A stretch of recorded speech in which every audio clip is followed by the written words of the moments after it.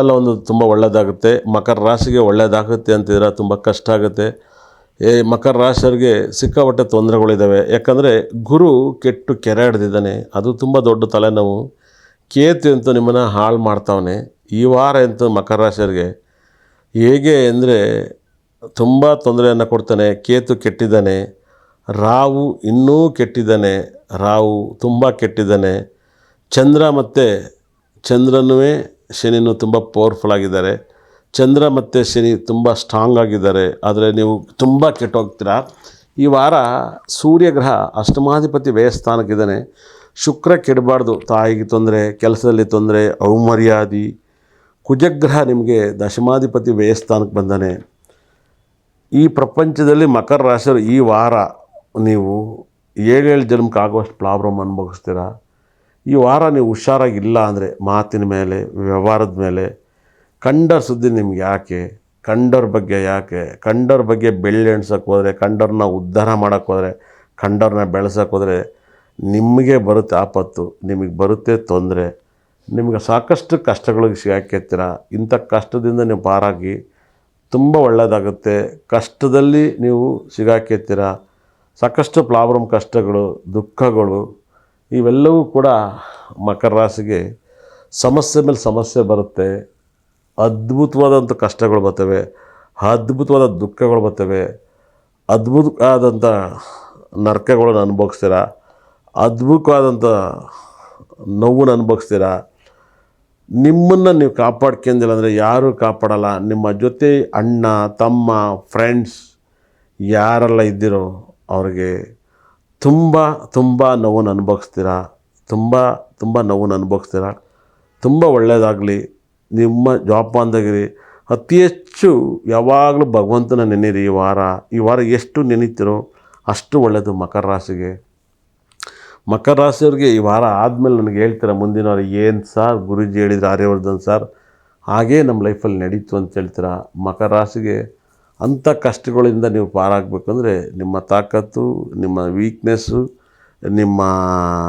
ನಿಮ್ಮ ಅದ್ಭುತವಾದ ದಿನ, ನೀವು ಯಾವತ್ತೂ ಅದ್ಭುತವಾದ ಕೆಟ್ಟ ಟೈಮ್ಗಳು ಅಂತ ಹೇಳ್ತಿದ್ದಾನೆ. ಒಳ್ಳೆಯದು ಅಂತ ನಾನು ಹೇಳೋಕ್ಕಾಗಲ್ಲ. ಅದ್ಭುತವಾದ ಕೆಟ್ಟ ಟೈಮ್ಗಳನ್ನ ನೀವು ಬಳಸ್ಕೊಳ್ಳಿ. ಎಷ್ಟು ಬಳಸ್ಕೊತೀರೋ ಅಷ್ಟು ಒಳ್ಳೆಯದು. ನಿಮ್ಮ ಲೈಫಲ್ಲಿ ಇಂಪ್ರೂವ್ಮೆಂಟ್ ಆಗ್ತೀರಾ. ನಿಮ್ಮ ಲೈಫಲ್ಲಿ ನಿಮಗೆ ಇಂಪ್ರೂವ್ಮೆಂಟ್ಗೆ ಅದ್ಭುತವಾದ ದಿನ ಅಂತ ಹೇಳುತ್ತೆ. ಭಾಳ ವೈಬ್ರೇಷನ್, ತುಂಬ ಅದ್ಭುತವಾದ ದಿನ. ಒಳ್ಳೆಯದಾಗಲಿ. ದೇವರು ನಿಮ್ಮನ್ನು ಚೆನ್ನಾಗಿಟ್ಟಿರಲಿ. ಇಂಥ ಒಂದು ಒಳ್ಳೆಯ ದಿನವನ್ನು ಮರೆಯೋಕ್ಕಾಗದಿರೋ ಒಂದು ದಿನ ನಿಮ್ಮ ಲೈಫಲ್ಲಿ ಒಳ್ಳೆಯದಾಗುತ್ತೆ. ಇಂಪ್ರೂವ್ಮೆಂಟ್ ಆಗೋಕ್ಕೆ ಈ ವಾರ ಹುಷಾರಾಗಿ ಎಷ್ಟಾಗುತ್ತೋ ಅಷ್ಟು ಒಳ್ಳೆಯದಾಗಲಿ. ದೇವ್ರು ಚೆನ್ನಾಗಿಟ್ಟಿರಲಿ. ಈ ವಾರ ಮೇಷ, ವೃಷಭ ಭಾಳ ಪವರ್ಫುಲ್ಲಾಗಿ, ಮೇಷ, ವೃಷಭ, ಮಿಥುನಾಗಿ ಹೇಗಿರುತ್ತೆ ಎಲ್ಲ ರಾಶಿಗಳು, ಕಟಕ, ಸಿಂಹ ಭಾಳ ವೈಬ್ರೇಷನ್. ಈ ವಾರ ಶನಿ ಮತ್ತು ಚಂದ್ರ ಏನೆಲ್ಲ ಫಲವನ್ನು ಕೊಡ್ತಾರೆ ಕಾದು ನೋಡೋಣ. ಶನಿ ಮತ್ತು ಚಂದ್ರ ತುಂಬ ದೊಡ್ಡ ಫಲವನ್ನು ಕೊಡ್ತಾನೆ. ಶನಿ ಮತ್ತು ಚಂದ್ರದನ್ನ ಲಾಭವನ್ನು ಪಡ್ಕೊಳ್ಳೋದು ಹೇಗಿರ್ತಾರೆ ನೋಡೋಣ.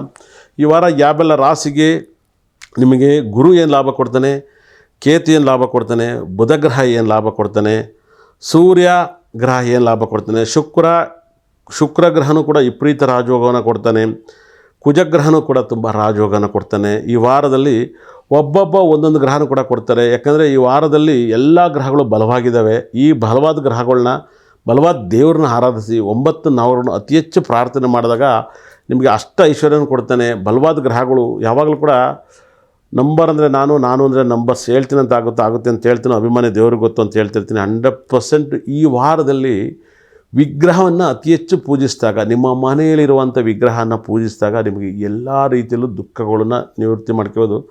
ಇಷ್ಟು ನವಗ್ರಹಗಳು ವಿಗ್ರಹಗಳನ್ನ ಪೂಜಿಸ್ತಿರೋ ಅಷ್ಟು ನಿಮಗೆ ನಿಮ್ಮ ಲೈಫಲ್ಲಿ ತುಂಬ ಒಳ್ಳೆಯದಾಗುತ್ತೆ. ಅದ್ಭುತವಾದ ದಿನ, ಬ್ಯೂಟಿಫುಲ್ ಆದ ಡೇ ನಿಮ್ಮ ಲೈಫಲ್ಲಿ ಮರೆಯೋಕ್ಕಾಗದಿರೋಂಥ ದಿನಗಳಾಗುತ್ತವೆ.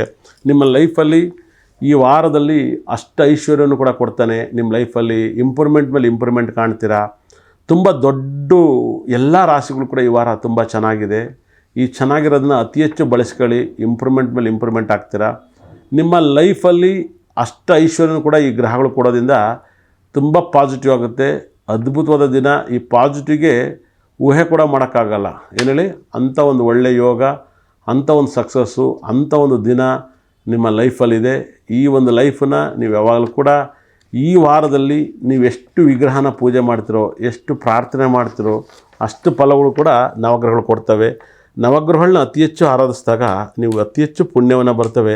ಅದರಲ್ಲೂ ಕೂಡ ಮೊಸರನ್ನವನ್ನು ದಾನ ಮಾಡಿರಿ ವಾರ 12 ರಾಶಿಯಲ್ಲೂ ಕೂಡ ಫಲಗಳು ಸಿಗುತ್ತೆ. ಮೊಸರನ್ನ ತುಂಬ ಇಂಪಾರ್ಟೆಂಟ್ ಆಗುತ್ತೆ.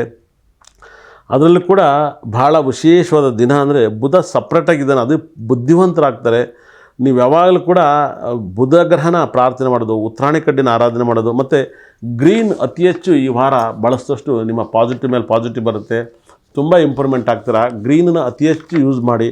ಈ ವಾರ ಕ್ರಿಸ್ಮಸ್ ಮತ್ತು ಭಾಳ ಹಬ್ಬ, ಕ್ರಿಸ್ಮಸ್ ಹಬ್ಬ ಬಂದಿದೆ, ನ್ಯೂ ಇಯರ್ ಬಂದಿದೆ, ತುಂಬ ಅಂದರೆ ತುಂಬ ವೈಕುಂಠ ಏಕಾದಶಿ ಬಂದಿದೆ. ಸ್ವರ್ಗದ ವಾರ ಈ ವಾರ. ತುಂಬ ಜನ ನೆಗೆಟಿವ್ ಆಗಿ ಬಳಸ್ಕೋಬೇಡಿ. ಗಂಡು ಮಕ್ಕಳಿಂದ ಹೋಗಬೇಡಿ, ಹೆಣ್ಮಕ್ಳಿಂದ ಹೋಗಬೇಡಿ, ಪಬ್ಬು ಬಾರ್ಗೆ ಹೋಗಬೇಡಿ.